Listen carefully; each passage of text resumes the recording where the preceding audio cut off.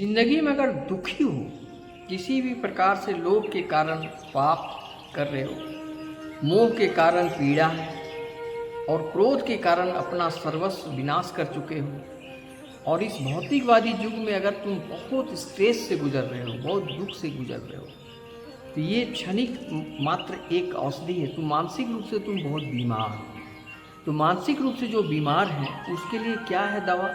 मात्र कृष्ण भावनामृत 1 चम्मच हृदय में लो, डिटॉक्स हो जाओगे। इसके लिए करना क्या है कि भाग्य को दोष मत दो, किसी को दोष देना आज से बंद करो। भाग्य को समझने से पहले कर्म को समझना अति आवश्यक है, और कर्म को समझने के लिए श्रीमद् भागवत गीता का अध्याय 3 में, ऐसे तो 18 अध्याय हैं, सभी में अमृतवाणियाँ ही हैं, और ये श्री कृष्ण द्वारा मुखारविंद से जो निकली हुई भागवत गीता है, ये हमारा सनातन धर्म का एक धरोहर है, और ये कृष्ण भावनामृत है जिससे हमारे तमाम बीमारियों का, मानसिक मेंटल डिप्रेशन को खत्म कर सकता है।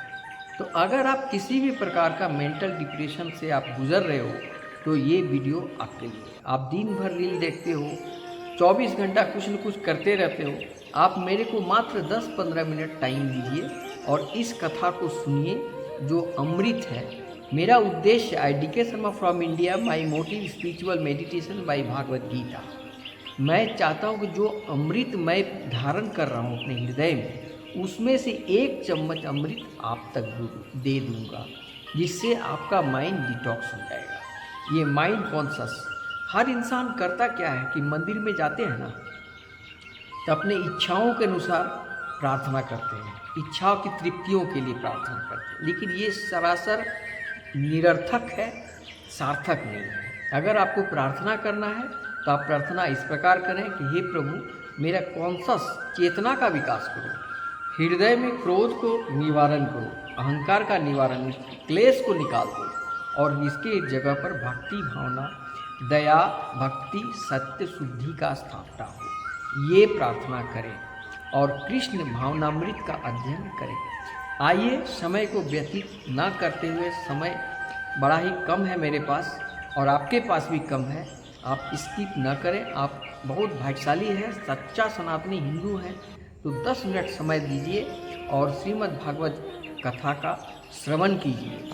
ये अध्याय 3 का श्लोक नंबर 4। न कर्मणा रंभ अनेस कर्मण्यं पुरुषो आश्नुते, न च संन्यास सनादेव सिद्धि समधि गच्छति। अर्थात न तो कर्म से विमुख होकर कोई कर्म फल से छुटकारा पा सकता है, और न ही केवल संन्यास से सिद्धि प्राप्त की जा सकती है। इसका कहने का मतलब ये हुआ दोस्तों कि आप अगर कर्म से विमुख हो तो भी आपको भगवत ज्ञान या सिद्धि प्राप्ति नहीं होगी, लेकिन अगर आप दिन कर्म से विमुख होकर आप सब समय संन्यास योग में जाना चाहते हो, सन्यासी बनकर जीना चाहते हो, पूजा पाठ में ही लगे रहना चाहते हो, तो भी संभव नहीं है। श्री कृष्ण कहते हैं कि कर्म से विमुख होकर हमारा भजन कीर्तन मत करो, कर्म करते रहो और साथ साथ मेरा भी भजन करते रहो। इसलिए भगवान श्री कृष्ण का उद्देश्य ये है कि आप साधु बन करके दिन रात मंत्र जाप कर रहे हो, दिन भर पूजा पाठ कर रहे हो, लेकिन कर्म से विमुख हो तो आपका कोई फल होने वाला नहीं है दोस्तों। ये कहने का उनका उद्देश्य है। आइए, भौतिकवादी मनुष्य के हृदयों में, हृदय को विमल करने के लिए जिन कर्मों का विधान किया गया है, उनके द्वारा शुद्ध हुआ मनुष्य ही संन्यास ग्रहण कर सकता है। संन्यास ग्रहण कौन कर सकता है? जिसका हृदय शुद्ध हो, हृदय में दया हो, हृदय में भक्ति हो, तभी वो संन्यास धारण कर सकता है। हृदय में गंदगी भरा हुआ है, ऊपर से संन्यास रूप बना लिया, माला पहन लिया, तिलक लगा लिया, तो आप सन्यासी नहीं हो। ज्ञान योगियों के अनुसार, जो ज्ञान का योगी हैं, उनके अनुसार संन्यास ग्रहण करने का अथवा सकाम कर्म से विरत होने से मनुष्य नारायण के समान हो जाता है, किंतु भगवान कृष्ण इस मत का अनुमोदित नहीं करते। हृदय की शुद्धि के बिना संन्यास सामाजिक व्यवस्था में उत्पात उत्पन्न करता है। दूसरी ओर यदि कोई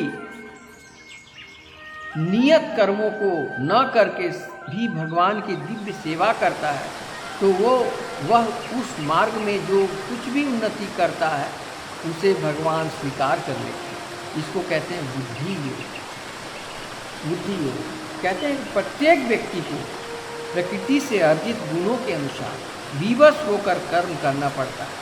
अतः कोई भी एक क्षण भर के लिए भी बिना कर्म किए नहीं रह सकता। संसार में कोई ऐसा जीव जंतु नहीं है, कोई मानव नहीं है, कोई दुनिया का कोई नहीं है जो बिना कर्म किए रहता है। जब हम सो जाते हैं तो ये मेरी चेतना सो जाती है, लेकिन जो इस अचेतन मन जो है वो स्वप्न लोक में चले जाते हैं। लेकिन जब तक इस शरीर के अंदर आत्मा है ये कर्म करता ही रहता है। लेकिन अब इस कर्म को सत्कर्म करना है या असत्कर्म करना है ये निर्भर करना है आपको। और कहते हैं ना, परमात्मा किसी को सुख देते हैं, किसी को दुख देते हैं, ये सरासर गीता कहते हैं कि ये सरासर गलत है। इंसान अपने कर्मों के द्वारा सुखी होते हैं, अपने कर्मों के द्वारा दुखी होते हैं। इसलिए कर्म करने से पहले कर्म से विमुख होना ये गीता का आदेश नहीं है। गीता कहती है कि आप सकर्म करो और इसके बाद हमारा नाम भजन करो। ये नहीं कि आप संन्यास ले लो और सारा कर्म से विमुख हो जाओ, नहीं। इसके लिए भगवान कहते हैं श्लोक नंबर 5 में, न ही कश्चित् मनमपि जातु तिष्ठत्य कर्मकृत कार्यते स्वावशः कर्म सर्व प्रकृति तिजोर्गुण। अर्थात प्रत्येक व्यक्ति को प्राकृतिक से अर्जित गुणों के अनुसार विवश होकर कर्म करना पड़ता है। अतः कोई भी एक क्षण के लिए भी बिना कर्म किए नहीं रह सकता है। यह देहधारी जीवन का प्रश्न ही नहीं है, अपितु आत्मा का यह स्वभाव है कि वह सदैव सक्रिय रहता है। आत्मा की अनुपस्थिति में भौतिक शरीर हिल भी नहीं सकता। यह शरीर मृत वाहन के समान है जो आत्मा द्वारा चलित होता है, क्योंकि आत्मा सदैव गतिशील सक्रिय रहता है और वह एक क्षण के लिए भी रुक नहीं सकता। अतः आत्मा को कृष्ण भावनामृत के सत्कर्म में प्रवृत्त रखना चाहिए, अन्यथा वह माया द्वारा शासित कार्यों में प्रवृत्त होता रहेगा। माया के संसर्ग में आकर आत्मा भौतिक गुण प्राप्त कर लेता है और आत्मा को ऐसे आकर्षणों से शुद्ध करने के लिए यह आवश्यक है कि शास्त्रों द्वारा आदिष्ट कर्मों से इसे संलग्न रखा जाए। किंतु यदि आत्मा कृष्ण भावनामृत के अपने स्वाभाविक कर्म से निरत रहता है तो वह तो भी जो भी करता है उसके लिए कल्याणप्रद होता है। अर्थात ये आत्मा को कृष्ण भावनामृत की ओर ले जाना यही परम धर्म है। आइए हम सभी मिलकर हम लोग सात्विक जीवन बिताएं, सात्विक सोच, सात्विक मानसिकता में आए। इसके लिए श्रीमद् भागवत गीता का अध्ययन करें दोस्तों। जय श्री कृष्ण, राधे राधे।